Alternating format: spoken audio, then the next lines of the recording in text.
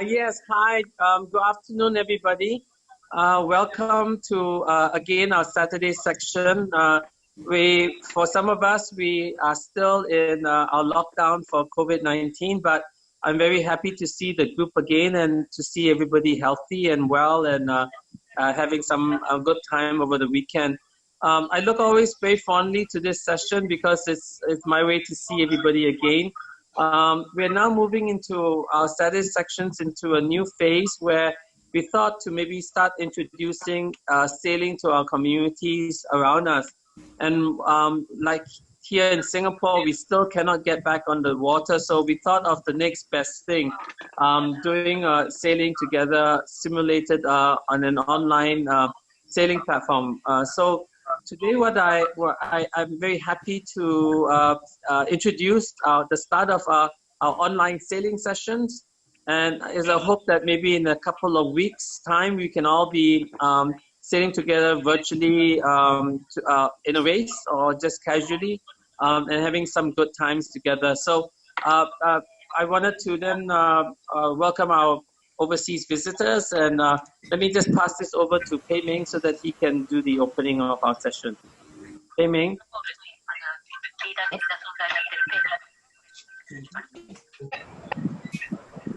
Oh, welcome everyone. And yes, we're very glad that it's now sailing. Sorry, I'm just getting set up here. How are we going to sail through the computer? Yes, you're going to sail through a computer. I'm going to talk about keywords today, all right? Our keyword, we will use turning impossible to I am possible. Right, you all know how to spell, right? Impossible is I-M-P-O-S-I-B-L-E. Yes, Tianning and Joey. So if you separate the I and the M, okay, it becomes three words. I am possible. So that's the opposite of impossible. So normally we go out and we want to do something and you think that, this is too difficult, this is too hard. It's impossible to do this. All right, but over at Metazone, at BBBS, we say that, no, there's nothing impossible. You know, you just need to change the impossible to I am possible. And we prove that, we show that through sailing, you know, like you go to a sailing center and it's the first time you see a boat and you're like, will I be able to bring this boat around on my own, you know? I don't even know how to do this. But with a few short little sessions, you actually can. And you will find that it's a very difficult thing, but manageable. And with more practice, I become good at it. So suddenly from something impossible, it becomes possible. And then from being possible, it becomes better. And we apply this to our everyday lives. Let's say, it's impossible and I cannot solve this problem at work, or I will not be able to solve this, or I won't be able to catch this new topic in school, I won't understand. But if you put on a proper attitude, you put on a receiving attitude to say, I'm going to try, I'm going to ask, I'm going to work hard, you will turn the impossible to possibilities. All right. So with that, let's start our sailing lessons with Uncle Greg. Okay, he's gonna teach you how to sail. If you don't know how to sail, he's gonna teach you how to sail on a computer, from a computer. All right. So it's something quite impossible, but what we're trying to do here is we give you the theory and hopefully a few videos to visualize.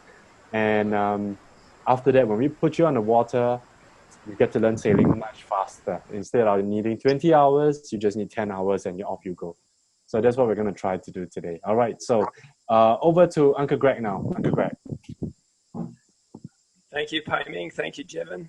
Everyone, I hope you can hear me. Can you hear me okay? Yeah, loud and clear. Fantastic. Well, welcome everybody, and thank you for joining us today. It's my great pleasure to be here with you. And today we're going to talk about some of the basics of sailing. Okay, so with the key word in mind, transforming impossible into I am possible, I'm going to briefly introduce myself. So my love for sailing began when I started sailing with my dad, and I was about 6 years old, and he used to just take me along on weekends. And then when I was about 10, so I was about 35 years ago, when I was just young like some of you kids, we got another boat and we started hanging out at our local yacht club. A little bit similar to RSYC, where we keep some of our boats. And I spent a lot of time around the yacht club, and lots of people around the yacht club got to know me, and I'd say hi, and they'd see that I was hardworking. And then eventually some of them said, "Hey, Greg, why don't you come and do some work for us in your school holidays?" And I got some jobs around the yacht club, and I was earning $5 an hour, scrubbing barnacles off the bottom of boats and polishing and doing all those dirty, horrible jobs. But people saw that I had that I could work hard, and I wanted to learn. And through that sort of attitude, the best sailors in the yacht club asked me to sail with them. And then I got to compete against the best people in Western Australia. And so I never dreamed that I would be able to do the things that I've done with sailing. And I've competed in very high levels of sailing. I've crossed the Atlantic Ocean twice, and now I'm a dad. And I'm doing some great stuff with Jevon and Payne at Metazone, Big Brother, Big Sister. So, you know, for you young kids, I was just a young kid a little while ago, and now I feel like I could sail my family around the world. And I'm optimistic about teaching you guys and this guy about some sailing. Okay, so let's jump into our first slide. So aeroplanes are pretty complex. People think, but I think sailing boats are pretty complex too. Pretty amazing boats, actually. A sailing boat is kind of like an aeroplane that's been tilted on its side, and it's got one wing going through the water and one wing in the air. And unlike an aeroplane, a sailing boat needs to be able to receive wind or water on its wings from both sides. So yachts are very, very, they're amazing in terms of physics. But the good news is, despite being very complex in how they work, we can learn very quickly to become like good enough sailors that we can safely enjoy being on the water. But if you're like me, it'll become a lifetime journey to become better and enjoy the competition and experience nature in a really beautiful way. My young son is very enthusiastic and is dying to see you all. All right, so first off, most of you who come to a level 1 course in Singapore, you will learn to sail on a bight. And I'm just going to minimize that. And so we can pretty quickly learn the parts of a bight that are important for us to know. So the hull and deck is the main part of the boat. It's the bit that floats and everything attaches to it. It's the bit that goes through the water. We have the bow of the boat, which is the pointy end. And the stern of the boat is the back of the boat where the rudder fixes onto. I should say that most people are familiar with left and right, but on a boat, we use the words port for the left-hand side and starboard for the right-hand side. So when you come to one of our courses, pretty quickly, we're going to transition from left to port and from right to starboard, okay? And we'll never go back from there. Okay, let's talk about the foils, the centerboard and the rudder. You can see them here in green. The centerboard here on the bight stops the bight from sliding sideways as the wind pressure pushes on the sail. And similarly, the foil at the back of the boat is the rudder. And the rudder also generates a bit of lift and stops us sliding sideways, but its main role is to help us steer the boat. Okay, the mast is the long tubular section that holds up the sail. We can see that here. Can I ask something? Yes? Just a question. Do we need to write all of this down? No, I think we can share this presentation with you. I think that's We can share this with you afterwards, I think. Sorry, I'm lazy and I don't want to write it. Hey, no problem. I was like that one time. Just relax. I know being lazy is a sin, but I really don't want to write now. Well, the quest is to be efficient. So just sit back and enjoy the show, and we'll share the notes with you afterwards. Alright. Thank you. All right, so we're on to the boom next. And the boom helps hold out the mainsail. And it's the thing that helps us adjust the angle of the sail relative to the wind. Now, the main control that helps the boom come in and out is called the main sheet. And you can see that there in yellow. The vang, it helps us adjust the boom up and down, which changes the shape of the sail. And we'll learn more about the twist of the mainsail and how and when that's important during our course. The next string is the outhaul. And the outhaul is a line that we can pull on, and it pulls the corner of the mainsail away from the mast, and it flattens the mainsail, and it helps take power out of the mainsail. It's kind of like it's a bit like a jumbo jet. When a jumbo jet comes down to land, and it is going quite slow, and it needs lots of power and lots of lift to keep it in the air. But when it's up at altitude, or like for us, it'd be like in strong wind, that big curved wing kind of disappears into quite a flat wing. And we can achieve a flat sail by pulling on the outhaul. Okay.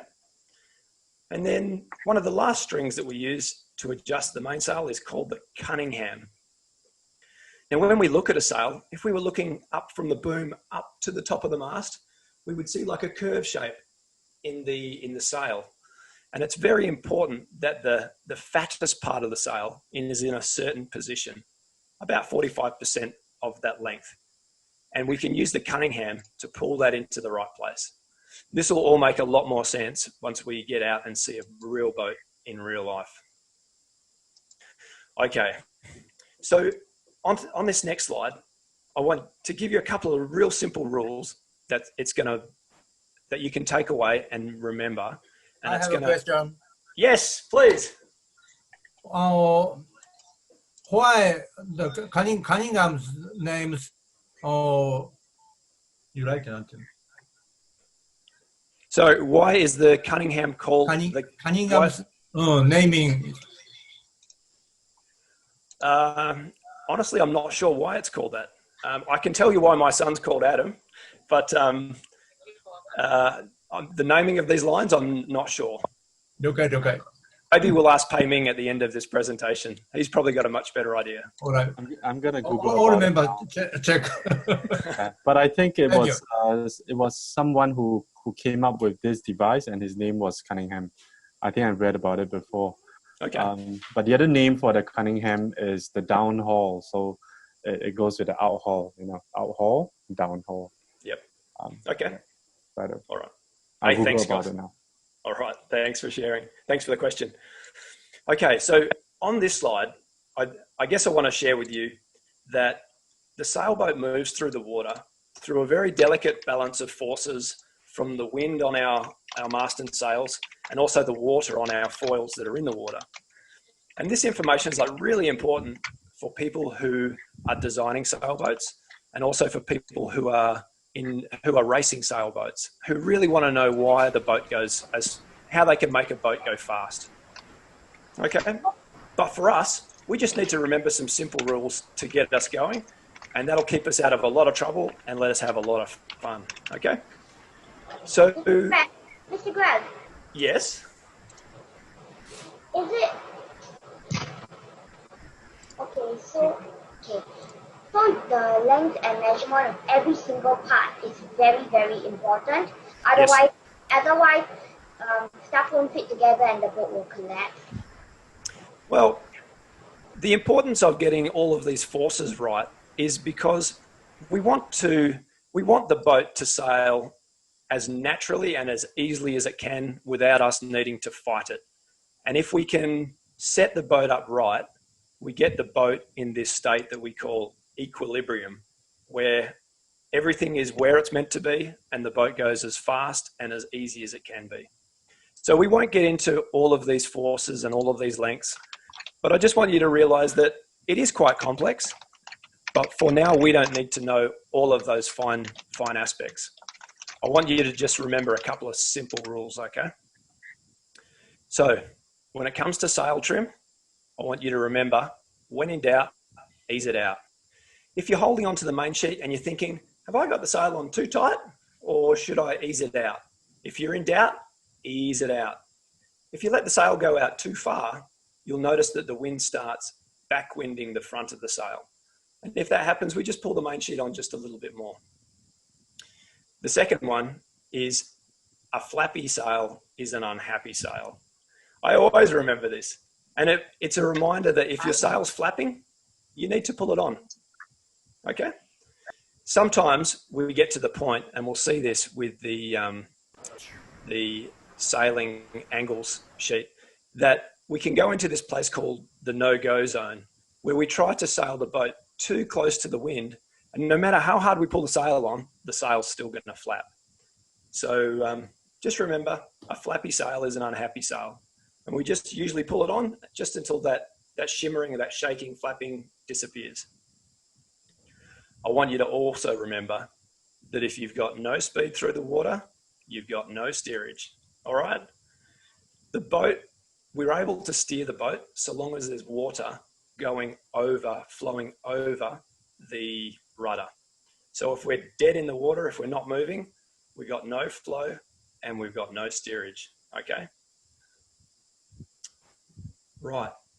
For point of sail, I want you to remember that the no-go zone, and we'll see that soon, that's the place for a flappy sail and no steerage. And the last one, about maximum speed and maximum control. A boat that sails flat is fast and controllable. So on a dinghy, like the Bight, we use our body weight to resist the forces that are on the sail trying to turn the boat over. So we get our feet under the foot straps and we lean out if there's enough pressure from the wind in our sails. Okay, but there's sometimes where we go out in strong winds and we're leaning as hard as we can and the boat still wants to lean over and be a bit uncontrollable. When that happens, we use some of our other sail controls that we learned about, the Vang, the Cunningham, and the outhaul. And we can use those strings to adjust how much power that we've got in the sail. So if the boat's a bit wild and a bit out of control, maybe we've got too much power in the mainsail, and we should take some of that power out to make the boat a bit more controllable and a little bit more fun. Right, now we're going to quickly talk about points of sail. Now in this big diagram on the right-hand side, you can see at the top here, we've got the true wind direction. It's pretty easy when you're standing on the end of a jetty to feel where the wind's coming from. And when we're on a sailboat, we should always try and connect with knowing where the wind is coming from. You know, I can close my eyes and I can just feel the wind on my face and I know where the wind is coming from. So, but Mr. Greg. Yes? I thought that sometimes the sea, I heard that the sea is very, very unpredictable and it's not very wise to actually close your eyes and sail because there can be a sudden oncoming storm and boom, you're blasted out into the sea, don't know where you can go. Yeah, look, we always remember that we respect the ocean. It's true, the sea can be very unpredictable and wild. I'm a little bit scared of the sea. Not very scared, but scared because I know what can happen. Tsunamis and, you know, in India there's a cyclone going on. And that shows how powerful Mother Nature can be. I think, you know, have you noticed that like every 7 or 5 years this kind of stuff happens? Yeah, sometimes that happens. You know, there's lots of forces that move the world that we live in. And we do our best to make sure that we understand what these are. If there's a big storm coming, we don't go sailing. Okay? But Mother Nature, maybe it's going to be maybe it looks like a clear, bright day, and the weather forecast will see it's going to be a clear, bright day, but halfway across the ocean, boom, boom, boom, and then you can't turn back because it's so Well, another time I'll tell you a little story about the 2 times I've been out in the ocean for 3 weeks at a time. Okay. What? Yeah. So let's keep moving, and then you and I, maybe we can talk about it another time, mate, or at the end. Is that okay? All right. I can't hear. All right. So guys, let's just come back. We'll just try and get through these slides, and then we can take more questions at the end, okay? All right. So what I wanted to show you on this diagram is we always remember where the true wind's coming from. Hey. Yes. No go sound. Hey guys, can you hear me okay? Yes, can hear you. All right, fantastic. I'll keep going, shall I? Okay. So what I wanted to show you in this picture is the different angles of sail. And when you get in your bite, we'll be sailing in all of these different angles. And the main ones that I want you to remember are this one here called close hold. Close hold is probably the most difficult one to master, because when we're sailing close hold, we're trying to sail as fast as we can in the direction of the wind. Now, a sailboat can't actually sail straight into the wind, or it can't actually sail very well anywhere in this no-go zone. And if you look at the picture, the no-go zone is about 45 degrees either side of where the true wind direction is coming from. So on either tack, so when I say tack, I mean the wind coming over the port side of the boat, like it is here, it's coming this way, or the wind coming over the starboard side, we can sail at about 45 degrees to the true wind direction. Okay, if we come up into the no-go zone, if we sort of sail a little bit higher than that, what we'll notice is the boat starts to stand up, the sails will start to flap, and we'll feel our boat speed really start to drop off. And the person driving the boat will soon start to feel that he doesn't have a lot of steerage, he or she. Okay, so that's close hold, and we'll see a little bit more when we get into the virtual environment. But for now, I just want you to remember that there are different points of sail, and we've just touched on close hold. The next one, if we turn away from the wind and we have the wind coming over the side, we say that we are on a reach. So the boat's still leaning over, but we've eased the sails out, particularly the mainsail, quite a lot more. If we keep turning away from the wind so that we've got the wind coming at about 45 degrees to the boat, we are on a broad reach. And then if we keep turning further and further away from the wind, we end up on what we call a run. So when we're running, it's like we're running with the wind. We've got the wind behind us, pushing us along. What I really love about sailing the bights with BBBS in Singapore is we have a simulator, which is like a pivoting cradle that we can put a bight into. And so the newcomers, the young kids who are coming into these boats and learning with us, they get to sit in the cradle and kind of pretend that they're on the water. And you can see from the sequence from top to bottom, we've got one of our kids going through a jibe where he's got the sail eased all the way out, and then one of the coaches turns the boat, the boom comes over, and he comes out onto the other jibe. All right, I'm going to move on. I wanted to talk about capsizing. And I remember being a young kid, and my biggest fear when I was a young kid and learning to sail was that I was going to capsize. And I think maybe because where I was sailing, the river was pretty dirty and it was pretty cold and there was jellyfish and I didn't know what was there. So I was quite fearful in the early stage. I loved being on the water, but I was terrified of capsizing. And then the day that I did capsize, I realized it wasn't a big drama. And I just swam around with my crew and we pulled on the center plate and the boat came straight up. So for you guys, I think Singapore is like one of the best places to learn how to capsize for the first time. The water's warm. It's warm out in the sun. The wind is pretty gentle. so the boat, isn't flapping violently.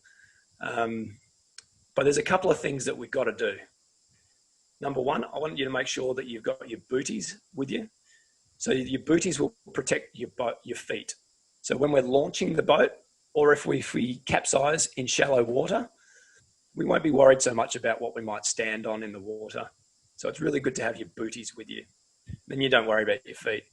And then the second, but probably more important one, is that we make sure that we have our life jacket. We have the right size life jacket, and we have it fitted snug and secure around us. The worst thing that can happen is we get in the water, we fall into the water after a capsize, and the jacket rides up around our neck like a turtle. So if it's fitted nice and secure, it'll be down around our chest. And really, when that happens, you can just kind of float around, hold onto the boat, float around if need be. But it's a much more relaxing place to be. And it all comes about by just wearing the right life jacket and securing it properly. So I think for our level 1 course, we will do some capsize training in the shallow waters where we tip over the boat and we show you how to get it back up. And these laser bites are pretty easy to get back into. So I hope you take away from this that capsizing is not a huge issue. And I don't want you to be scared like I was scared until I did it for the first time. Mr. Greg, can I ask you something? Yes, please. Like, when we capsize, what if we actually hit something? For example, there's a gigantic jellyfish in the water and we get stung. What do we do then? Swim back to shore screaming alive? No, I think what will happen... What will happen is your coaches are very familiar with the waterways where you'll be learning to sail, and they know they know everything about that water there, and they'll take very good care of you, and they won't put you in a situation where you can be scared or hurt. Okay? Okay, thanks. That is very, very reassuring. Thank you. That's good. Yeah, you're in a good place in Singapore. It's beautiful and warm. You're with good coaches, and you're on nice boats that are made for you to learn how to sail. But please don't put me on the edge of the boat because I am going to freak out. Well, I would don't think it's impossible to be calm about falling off the boat. After I'd capsized a few times, my mates and I, we used to kind of muck around and push each other in the water, and we had a lot of fun. So I hope you get to enjoy the water like I did. I don't. All right, let's move on. We're on to just about our second last slide. Now, when you come for one of our courses, I want you to come prepared.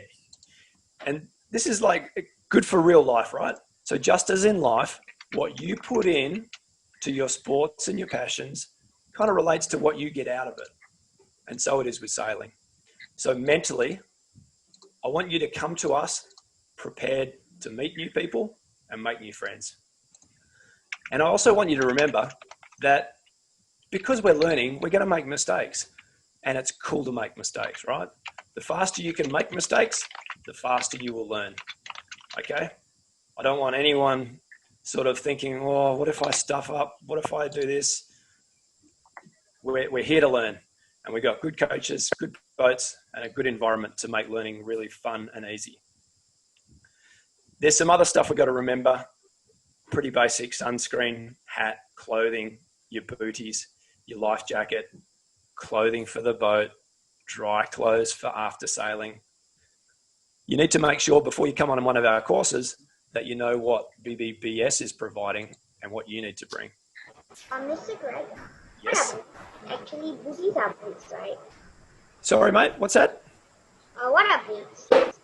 Oh, booties are like, they're like little rubber shoes.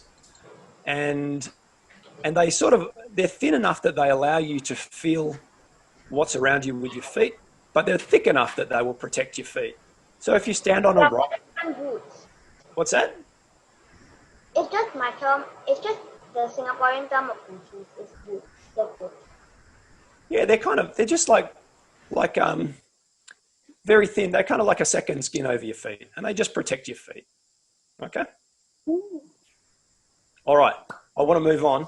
For people with long hair, if you're coming to sailing with long hair, really try and tie it up, okay? The last thing you want to do is be in the water with all of your hair floating in the water around you.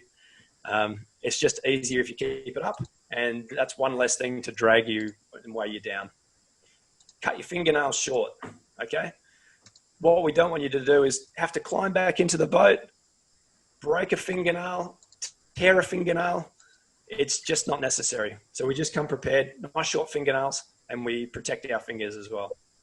And we leave our jewelry and valuables at home, okay? Now, Uncle Jevon wanted to remind me of you guys of two other main rules that we have. Number one, don't be a turtle. And it relates to if you've got no life jacket, we won't give you access to the water. But bigger part of the rule is you've got to fasten your life jacket properly. You don't want to be like a turtle with the jacket riding up over your head and your head poking out and back. Okay? This is what I'm more afraid of is choking. That's why I'm so scared of the water. I'm frightened of choking on the life jacket. Well, you, young man, you will be the one probably most organised and most wanting to get a nice secure jacket and making sure you wear all of the straps the way it's meant to wear. And before you even get in the water, before you get in the boat, you can probably try it in the water and you'll be feeling comfortable if you do that. Hey, now the last thing Uncle Jevon asked me to remind you guys of is that you don't want to be a camel, right? You can't go for long periods of time with no water. So you have to bring your 2-litre water. All right? I'm not afraid. Yeah? It's a water bottle. Oh, I'm sorry, I didn't hear that. Can you say that again? 2L water bottle. Oh, 2-litre bottle. It's just the size of the water bottle. 2 litres.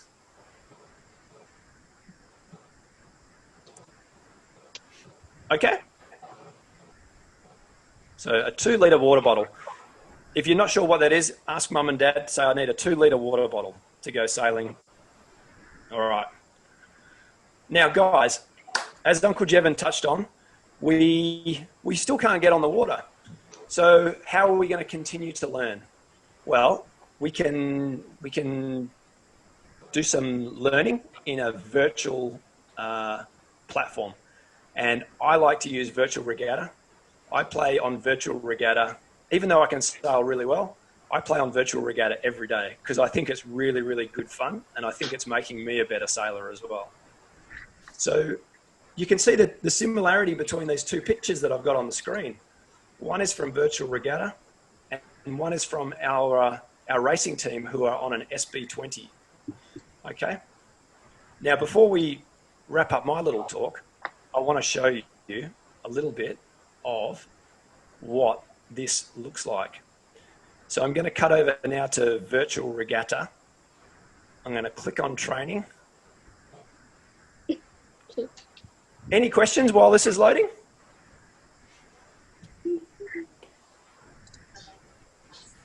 Okay. A small one. How do we steer?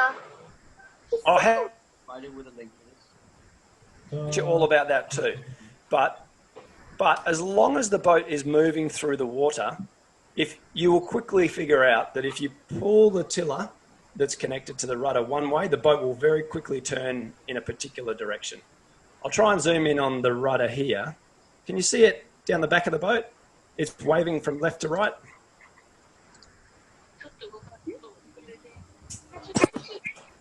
Okay, so we use the tiller to steer the boat, and it's connected to the rudder, which is the foil that's on the very back of the boat. Okay, so guys, we're going to just do a very quick demonstration of how we can use Virtual Regatta. Okay. So guys, what we're going to do is we're going to start when this race allows us to in 5 seconds, and then we'll just do a quick recap on the points of sail. We'll do a couple of tacks and a couple of jibes. So here, I want you to remember in the top left-hand side, the wind is always coming from the top of the screen to the bottom. And can you see we're sort of heading off in this direction at about 45 degrees to that line. If I tack, I'm going to turn the boat through the wind, and I'm going to turn through about 90 degrees. Okay? So let's see that. We're going to turn through and tack. Okay? So can you see this marker off in the distance? This is where I'm trying to sail to. But I can't sail all the way there in one go. Watch what happens if I go up into the no-go zone and I point straight where I want to go. What's happened to my boat, guys? Have I stopped? You're slowing down tremendously, I suppose. I'm going backwards. All right, so what we do is we try and turn away from the wind. Okay, and then we get back to that angle that we were sailing, which is called close hauled. And here we've got the wind coming over the left-hand side, which is the port side of the boat, and we are on port tack. Now, if I want to go around this marker, I have to tack towards it. And so we'll just do a couple of quick tacks. Here we go. And you can see we're slowly making our way towards it. All right. Now, just to save us a bit of time, I'm going to turn away from the wind so that I've now got the wind coming over the side of the boat. Does anyone know what angle of sail we are sailing when we've got the wind coming over the side? We're reaching. And then if we keep turning away from the wind even further, we are broad reaching. See, we've got the wind coming in here at about 45 degrees.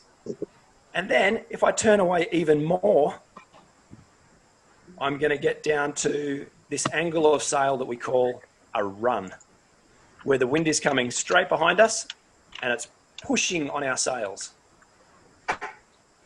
Now what happens if we continue to turn away from the wind is the boat, it won't tack, but it will jibe. Let's jibe.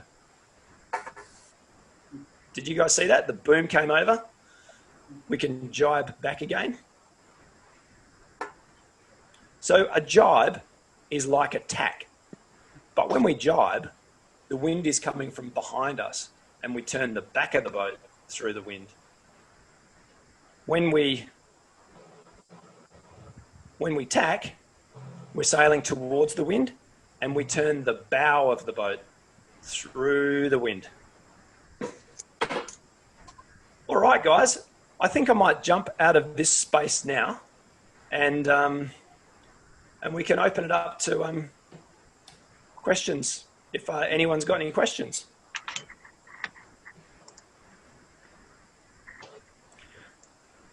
I think we covered all that I had hoped to share with you, but if you guys have any specific questions, I'm happy to take it. I think we've got a few minutes. Auntie June, is that right? Yes. Lovely. I will stop screen share. Can. Oh, actually, you can leave it. You can leave it. It's a nice picture of a boat. Any questions? Joey.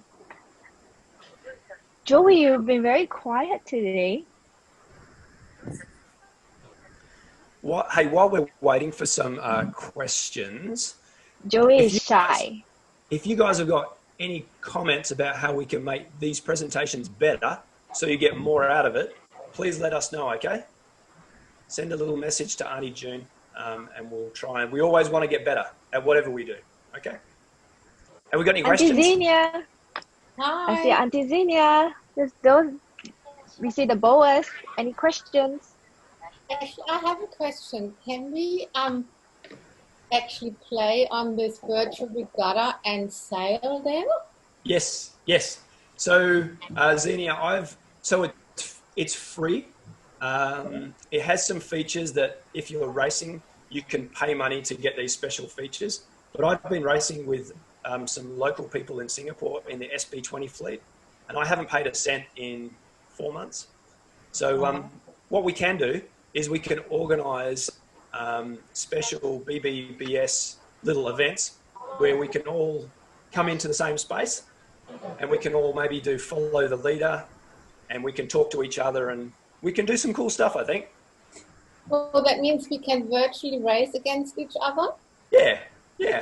I think there'll be different levels, right? Some people will want to race, and other people will just want to understand tacking and jibing. And the hardest bit is actually just getting the hang of the controls.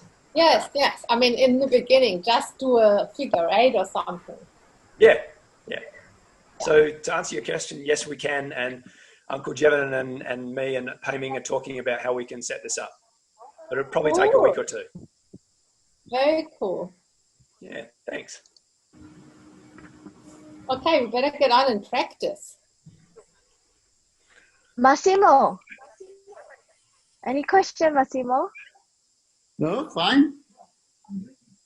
Hi there. Okay. How about from our big brother, big sister? Any questions? Hao Jie? YC? Christine? Xiangning? Oh, very quiet.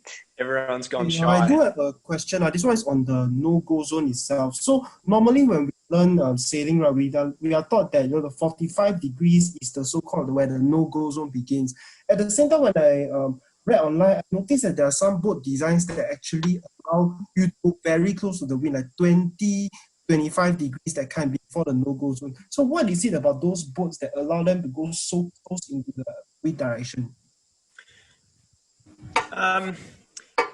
Like, for example, the boat that I've taken the photos from here is called a star, and the star tacks through angles that are much less than 90 degrees. But basically, they have very efficient foils, sometimes very deep foils, and they're much more performance orientated. That lets them sail. They have like really big, heavy bulbs that lets them carry a lot of power. There's a whole bunch of design features that all roll up to allow them to sail a lot closer to the wind. The boats that, like most of the boats, most of the keel boats, most of the dinghies that we're going to train on will generally tack through 85 to 90 degrees. But like the SB20 probably does a little bit better than 85, but not a lot. And the SB20, we can sheet our jib in very close to the mast. Yeah. So everything's a trade-off, right? So what's very convenient and we can lift into the water like a bite is going to have some compromise in terms of performance. Other sailing boats that those compromises can be removed can sail at much higher performance, closer to the wind, faster to the wind. How about Priyanka? Priyanka, I see you, Priyanka. Any questions? Have you sailed before? No, I haven't. It's my first time. I'm like a newbie. Do you have any questions like, how do I still start? Absorbing. Yeah, No, still okay. absorbing it. Yeah, I'm enjoying it, and he's explaining it so well. So it's like. Okay, that's great. How about Ben?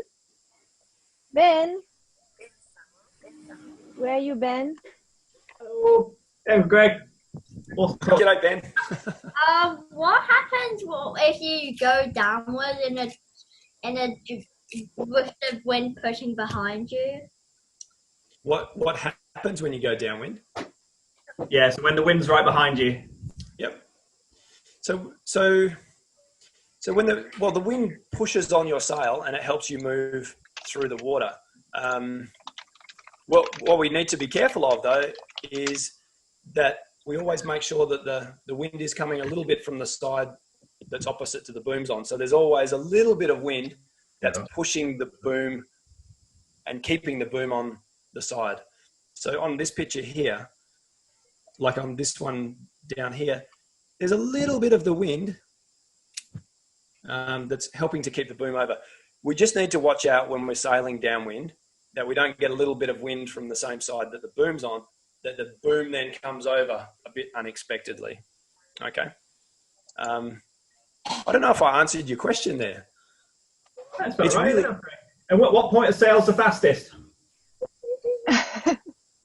Then now we start getting into more complex discussions around apparent wind. And, you know, for you guys who, you know, when you're standing in the middle of a field and it's a bit windy, if you run into the wind, like into the wind, it feels like there's a whole lot more wind. But if you turn around and run with the wind, it kind of feels like the wind's dropped off a lot. And so the apparent wind is the wind that we feel. And some boats can make enough apparent wind that they can actually sail faster than the wind speed. But I'm not sure we're going to do that on a bite or cavatina. You know, I see Ayana, I see you have a nice little model boat. Can you show us your boat?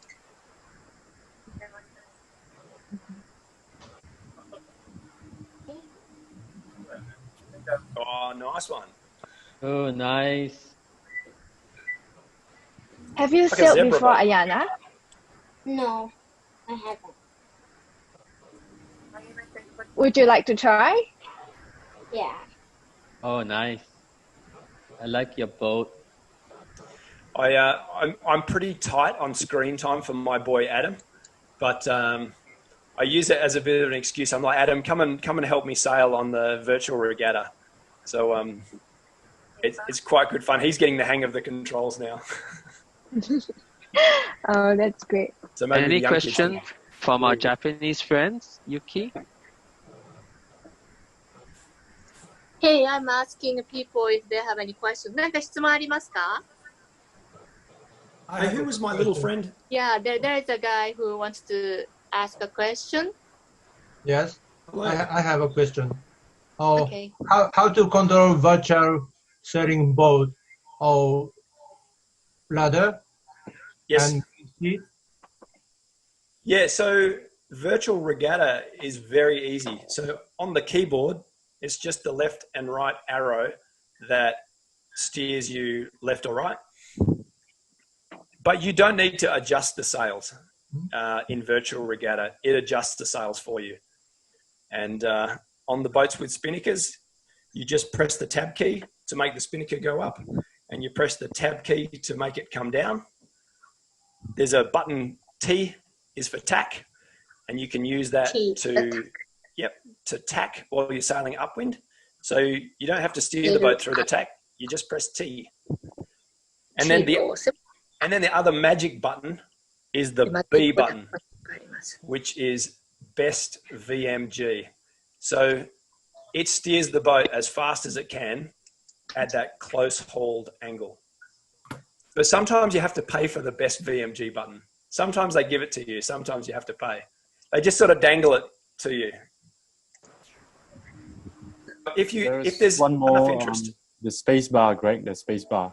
Oh yeah, well done, Paving. The space bar lets you let go of your sails. So you press and hold, and it releases your sails, and you stop. Mr. Greg, I have a question. Hello. Yes, please. Thank you very much. Did I answer your question? No, I was raising my hand just. Okay. Sorry, Amalfi, did I answer your question? No, thank you very much. Okay, thank you. Sorry, over to you, young lady. My question is that what is the fastest sustainable speed for a boat? Like, what's the fastest speed you have ever gone at? Or just how did you feel when you were going at the fastest? Was the wind whipping at your head? Did your hat fly away or something like that? Well, the fastest I ever went was me and my friend. We were on a 50-foot sailing boat, and we just had two sails up, no spinnaker. And we had these two waves that kind of added together right under the back of the boat. And we surfed down this wave at 20 knots. And there was water going everywhere. It was so much fun. Oh, I can't. Yeah, so 20 knots is as fast as I've been. And thanks for all the questions today. You've been great. Actually, I've also gone on a boat once, but I can once. So that was different. We were trying to knock one another off. Oh. Well, we won't do that too much of that on this sailing course. I don't want to get wet, even if I'm see. You just got to tie your hair up, and then it doesn't matter if you get wet. No, it does matter because then my hair will be dry the next day and I'll have a very hard time undoing all the knots. All right. Any more questions? Yes. Hi, yes. Xenia? Yes, we were just looking online to find the software and we encountered several options. One is called Virtual Regatta Intro, Virtual Regatta Offshore, Virtual Regatta Clubhouse, and the Virtual Regatta RYA Royal Yachting Association. I think choose the inshore one. Like if I think that's the one that I'm in. Yeah, it is. Okay. Can you see? Yeah, if you look in like my address bar up here, I've got Virtual Regatta Inshore game. Yeah. Okay, cool. Thank you. Hey Ming, have I got that right? Yeah, we use the inshore one to do the round the marks racing that we are used to. But I think if you are keen to pretend like you're on an offshore racing for 3-4 days, you can play the offshore games. Yeah, that's something I haven't tried, but I think it simulates the offshore sailing bit. Yeah, but you can just go ahead and create an account, Xenia, and everybody here who's keen, and just start practicing that. On the left-hand side, if you look at the screen that Greg is sharing, there is a training option. So they will teach you how to steer, they'll teach you how to bring up and down the spinnaker. And once you finish all the training, you will earn some virtual coins, and then you can use the coins to pay for to join some special races. Yeah. Okay, cool. And when you earn the other credits, the blue color credits and all, then it goes towards designing. You can buy a sticker to put on your sail so your boat looks nice and stuff. Yeah, but yeah, don't go spending money and buy all these stuff. Just take part in the races, win the races, and they will give you these credits. All right, don't cheat by just putting in a credit card. No, but you have seen our sales. They have a lot of duct tape, right? Yeah. I see Lionel in the group. Lionel is one of our coaches. BBS senior turned into one of our coaches. Lionel, any comments on virtual sailing and getting on this platform? Hi, can you hear me? Yes. Yeah. Hi, Lionel. Nice to see you. Right. I personally haven't spent too much time on it, and I have trouble learning it as well. The controls are quite difficult.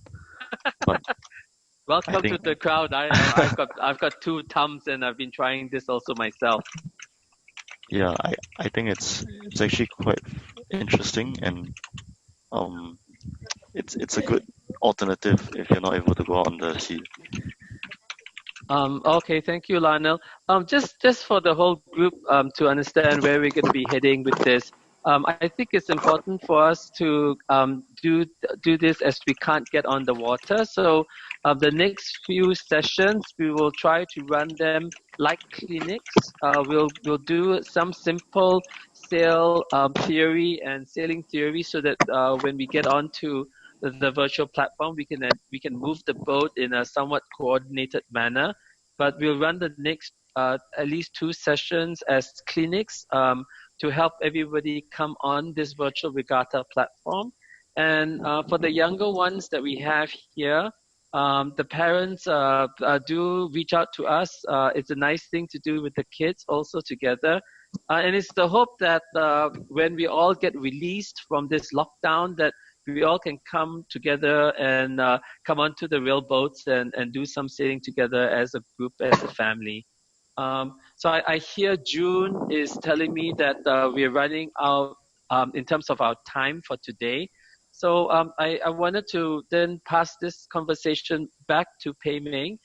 Greg, thank you very, very much for your time. And please, for the group, we can take more questions. Just put them on the chat, and we'll get them the answers by Greg. Back to you guys.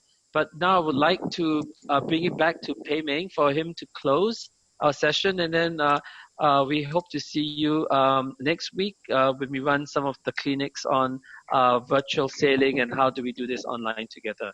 Pei Ming, over to you. And thanks, Trevin. So yeah, we'll wrap up with the keyword that we started off today, turning impossible to I am possible. It's a mindset that you need to take. It's like choosing the attitude of how you want to approach something difficult. Every morning you wake up, Uncle Jevon shared this story before. He looks into the mirror and then he decides what he wants to be today. You know, I remember him telling this story at a phase 3 camp. One night, he says the attitude is a choice. Is you decide how you want to face your day, and he does it every morning. When he brushes his teeth, he looks into the mirror, and he decides that I want to do this today, in this way, positively, and then he gets the things done. So, doing things that are impossible is the challenge. Okay, you need to get out of your comfort zone to go and do it. And then when you turn impossible to I am possible and you achieve things, you feel great and you're successful. And then you will reach out, you will have more confidence to do more things that are difficult. All right, so keep that with you. All right, and we will see you next week for more online sailing. All right, that's all. Thank you. Oh, can we all turn on our videos for a group photo? Do we have to turn on our virtual background? No, it's okay. Can leave your virtual background. You turn on your videos for a group photo? Then in that case, I'm going to change it to a cat. Meow. Okay. Hi, Turn on your Shani. videos Hi, for Shani. virtual. Wait, can I ask who here likes cats? I love cats. Oh, Miss Nina, you too? Yes, I like them a lot. I've got a dog. Oh, you're so lucky. Okay. Are you all ready? Are the videos on? Yeah. Okay. Say bye. Are your hair ready? Do you all have your hair ready? Where's YC? Haven't seen YC for a long time. Where's YC? Don't be shy. Hey, YC. Gotta have your pajamas, Hey. YC. YC. Okay, ready? 1, 2, 3. Smile. Hi. Thank you very much, everyone, for joining us. See you all next week. Thank you very much, Uncle Greg. Thank you. Bye, everyone. Bye. Thanks, Great Uncle week. Greg. Bye-bye. See you soon. Bye, everyone. Bye-bye. Thank you. Bye. Bye-bye. Thank you Bye-bye. very much.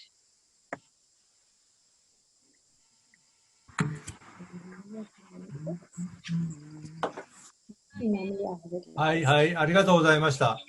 Thank you. Bye-bye. ありがとう。 Thank you. Bye-bye. Bye-bye. はい、サンキュー。どうも。またね。Bye-bye. はい、バイバイ。バイバイ